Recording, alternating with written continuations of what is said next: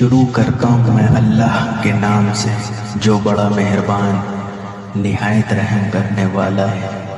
الف لام میم، یہ کتاب ایسی ہے کہ اس میں کوئی شک نہیں، یہ ہدایت ہے ان ڈر رکھنے والوں کے لیے جو بے دیکھی چیزوں پر ایمان لاتے ہیں اور نماز قائم کرتے ہیں، اور جو کچھ ہم نے انہیں دیا اس میں سے اللہ کی خوشنودی کے کاموں میں خرچ کرتے ہیں، اور جو اس وحی پر بھی ایمان لاتے ہیں جو آپ صلی اللہ علیہ وسلم پر اتاری گئی، اور اس پر بھی جو آپ سے پہلے نبیوں پر اتاری گئی، اور آخرت پر وہ مکمل یقین رکھتے ہیں۔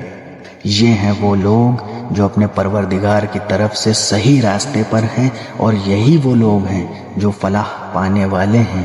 بے شک وہ لوگ جنہوں نے کفر اپنا لیا ہے ان کے حق میں دونوں باتیں برابر ہیں، چاہے آپ ان کو ڈرائیں یا نہ ڈرائیں، وہ ایمان نہیں لائیں گے۔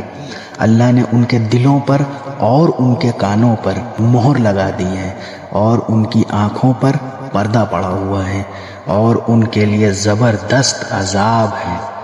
کچھ لوگ وہ ہیں جو کہتے ہیں کہ ہم اللہ پر اور یوم آخرت پر ایمان لے آئے، حالانکہ وہ حقیقت میں مومن نہیں ہیں۔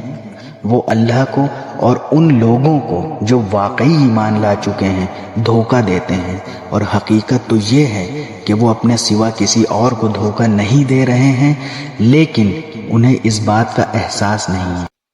ان کے دلوں میں روگ ہے، چنانچہ اللہ نے ان کے روگ میں اور اضافہ کر دیا ہے، اور ان کے لیے دردناک سزا تیار ہے کیونکہ وہ جھوٹ بولا کرتے تھے۔ اور جب ان سے کہا جاتا ہے کہ تم زمین میں فساد نہ مچاؤ تو وہ کہتے ہیں کہ ہم تو اصلاح کرنے والے ہیں۔ یاد رکھو یہی لوگ فساد پھیلانے والے ہیں، لیکن انہیں اس بات کا بالکل احساس نہیں ہے۔ اور جب ان سے کہا جاتا ہے کہ تم بھی اسی طرح ایمان لے آؤ جیسے دوسرے لوگ ایمان لائے ہیں، تو وہ کہتے ہیں کہ کیا ہم بھی اسی طرح ایمان لے آئیں جیسے بے وقوف لوگ لائے؟ خوب اچھی طرح سن لو کہ یہی لوگ بے وقوف ہیں، لیکن وہ یہ بات نہیں جانتے۔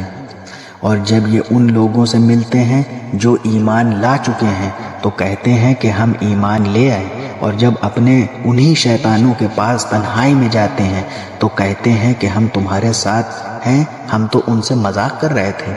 اللہ تعالیٰ ان سے مذاق کا معاملہ کرتا ہے اور انہیں ایسی ڈھیل دیتا ہے کہ وہ اپنی سرکشی میں بھٹکتے رہیں۔